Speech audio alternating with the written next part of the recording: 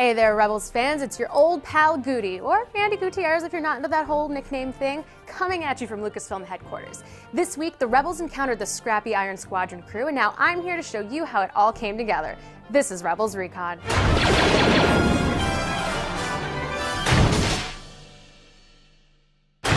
Above my capo, the Ghost encounters a fearless crew calling themselves the Iron Squadron, successfully attacking an Imperial transport alone. They just bombed the Imperial transport with cargo? Aboard their ship, Hera and Ezra try to convince Iron Squadron's captain, Mark Matten, to join his Uncle Sato's rebellion. You can't stay here and fight the Empire alone. But after Mart refuses the offer and leaves his crew with the rebels, he's ambushed by the Empire, and it's up to the Ghost to save him. You guys came back!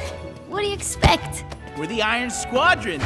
This week, we saw the Ghost crew team up with the Iron Squadron to go against the Empire. I sat down with cast and crew to talk about what it was like bringing their iconic ship back into Star Wars, why the crew is so headstrong, and get a little more information on the inspiration behind these super cool characters.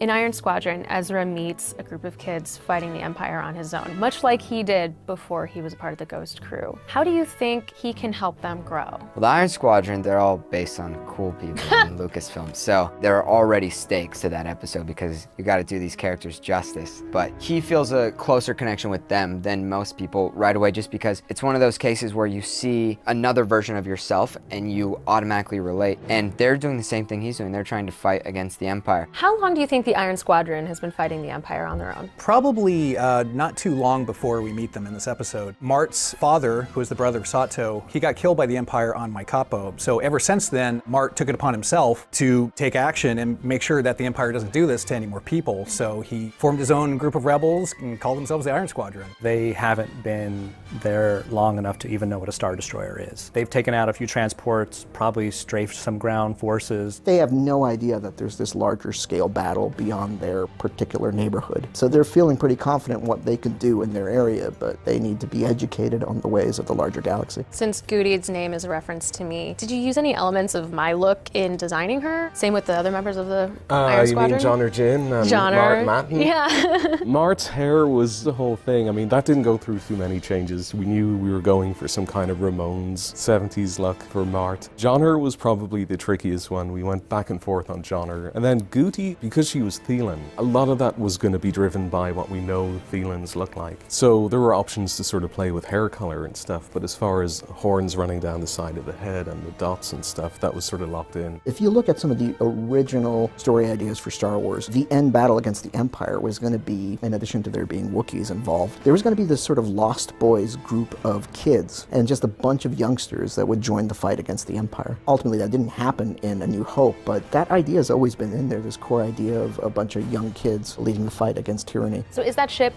actually the Outrider, as made famous by Dash Rendar, or is it just another YT-2400? It's just another YT. I mean, you might think of those as the Chevy vans of the galaxy. They're everywhere. There's different paint jobs and different colors and different decals. So Rebels isn't the first time that you've drawn the ship that the Iron Squadron in. No. Yeah, you worked on it a little bit with Shadows of the Empire. I did work on it for Shadows of the Empire. I really liked how it was similar but different to the Falcon. It's just the smaller, more compact, slightly sleeker version.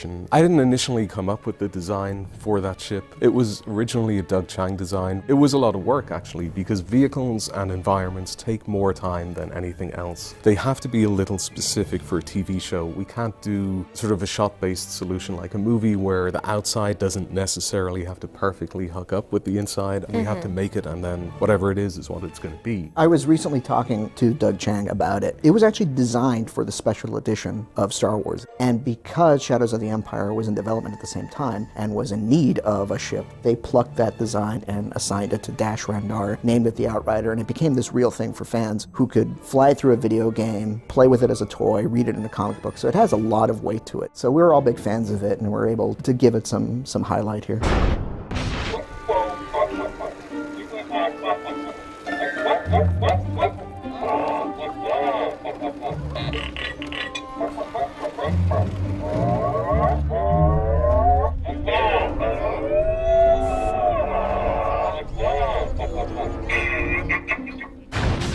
Hidalgo's a doggone good dude. When times are rough around the office, I can always count on him for an uplifting tale.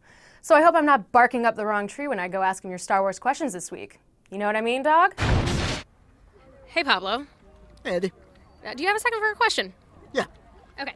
So, Charles Hodgman asks, is the Super Commando program a Mandalorian thing, or is it a galaxy-wide program? It is pretty much Mandalorian. That's how the Mandalorians are kind of expressed in the Empire. Any Imperial Super Commando is from Mandalore, and the armor is designed and made on Mandalore. All right.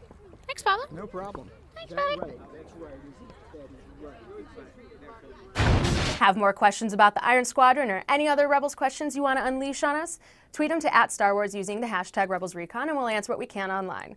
Now it's time for a sneak peek of our next episode, and it's a mouthful, I hope I'm saying it right, the Winkathu job. My friends, haha, it is I, Hondo. I can't tell you how much your welcome warms this old pirate's heart. You are too gracious. I agree.